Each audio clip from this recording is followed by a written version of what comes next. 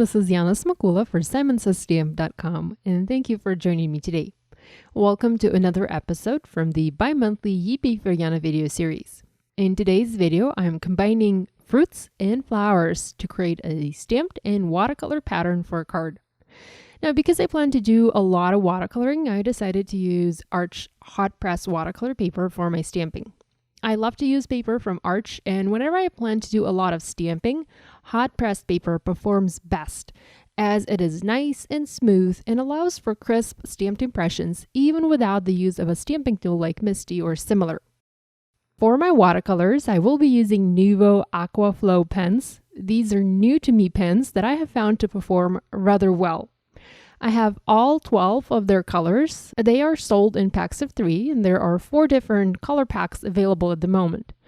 I have made a quick swatch chart for myself to see the colors and test how they blend one into another. Here's a test watercolor pattern I did earlier using these pens, and this is the exact pattern I will show how to stamp in this video. So let's go ahead and get started. First, I'm going to create masks for the 4 main images on my pattern. I'm not a fan of masking, as I don't like to spend the time fussy cutting the shapes out, but I did do masking for this card, and I ended up making masks for simple shape images for simple shapes only. Since these are basic shapes, they weren't hard or time-consuming to cut out. I stamped my images onto Post-it notes and quickly cut out using my mini Tim Holtz scissors. You'll notice that the largest flower was stamped only partially. The Post-it note was too small to fit the entire image, but that was okay, as I knew I would just need a part of the image masked. The images I picked for my pattern today come from several different stamp sets. I have a lemon from the new Dancing Fruits stamp set. I have 2 ranunculus flowers from the Sketch Ranunculus set, and also a leaf from the Handwritten Floral Greetings set. If you don't have these exact stamp sets, look for similar images in your stash. You will need a fruit, 2 large flowers, a leaf cluster, and some additional filler floral branches. I started working on my pattern by stamping the smaller flower first. This is the flower that's going to be in the foreground of my cluster, so I needed to stamp it first. The rest of the images will be partially blocked by this image and will be located behind it in the background.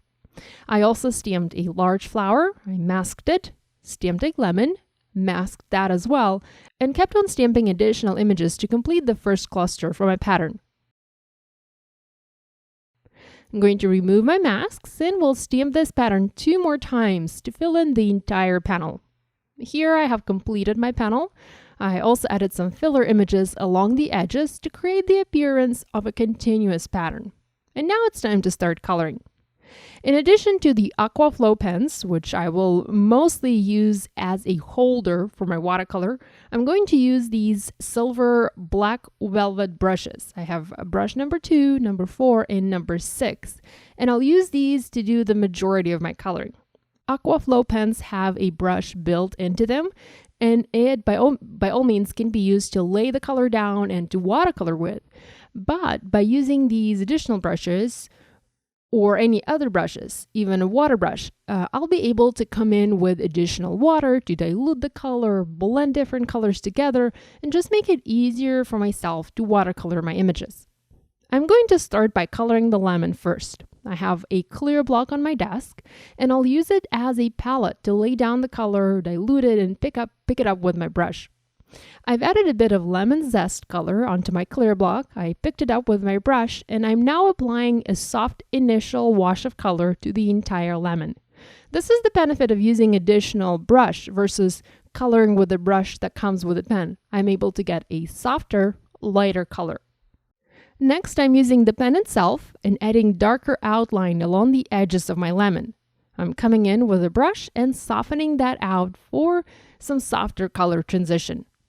Let's add a little bit of warm yellow to this image. I've added some spiced ginger to my clear block, and again, I am picking it up with my brush and applying it onto my lemon, darkening some of the sections of my image.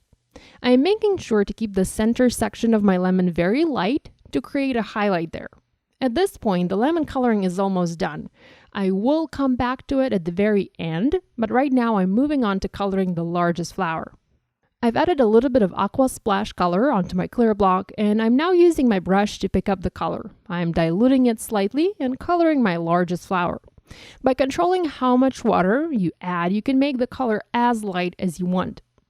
Next, I'm intensifying the center of my flower with the same color. It's less diluted, so it's a little bit more vibrant. And finally, I'm coming in with the pen itself directly into the flower center to make it even darker. I also colored the floral branch next to the lemon, and I colored it yellow.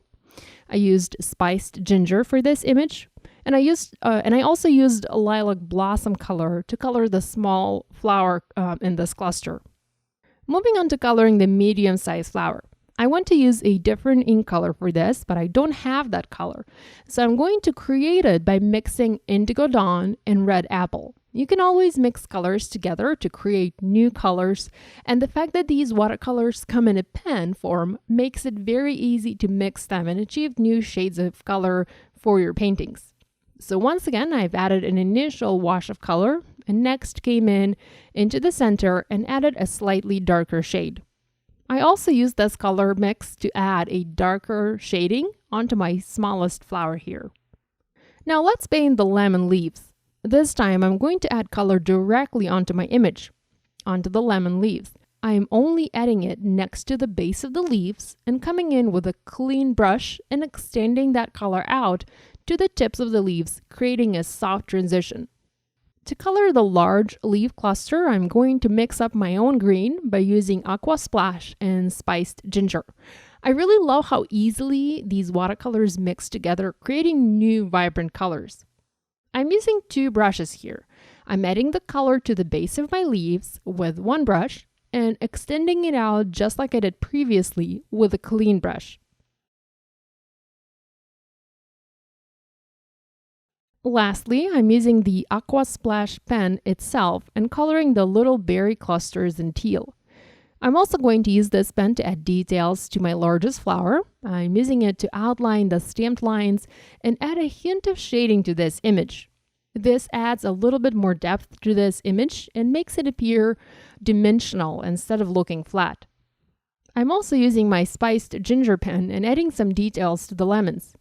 Here, because this color is so vibrant, I'm also coming in with a clean brush and extending that color out a little bit. I had a lot of that mixed green color left in my clear block, so I decided to add tiny drops of green onto my panel to make it appear as if it was messy. I dipped my brush into water. Next, I picked up the paint, and while holding the brush over my painting, I tapped on it to add tiny dots of watercolor. I trimmed and adhered my panel onto an A2 top folding card base. To create a sentiment for this card, I chose to use the Believe set. I stamped and die-cut the word Believe using VersaFine Onyx Black ink, and I cut it out in my Platinum die-cutting machine. And I also heat embossed a sub-sentiment that reads, "You can, and you're halfway there." To add some detail to my pattern, I decided to use Nouveau Crystal Glaze. What this product does is it creates clear dimensional detail anywhere where it is applied. I added it over the berry branches and over small yellow floral cluster. So this finishes this card and video tutorial. I hope you will give this idea a try. As always, do tag us on social media so we can take a peek at your projects. Be sure to give this video a thumbs up and to subscribe to this channel if you haven't yet done so. Thanks so much for joining me today. I will see you next time. Bye!